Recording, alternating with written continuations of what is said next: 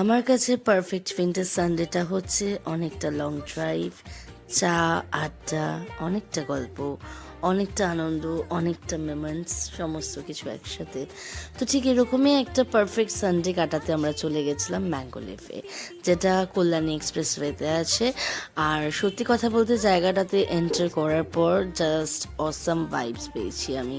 চারিদিকে শান্ত, চুপচাপ, কিন্তু জায়গাটার সৌন্দর্য একটা আলাদা কথা বলছে।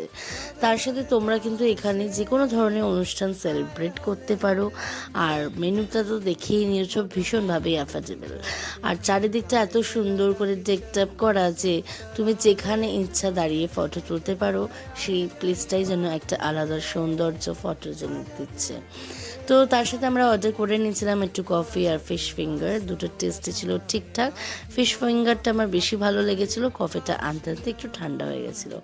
আর চারিদিকটা একটু ঘোরাঘুরি করে দেখতে দেখতে দেখলাম যে বেশ ভালো লাগছে চারিদিকটা, হালকা ঠান্ডা হাওয়া, আর তার সাথে কিন্তু বেশ জমেছে।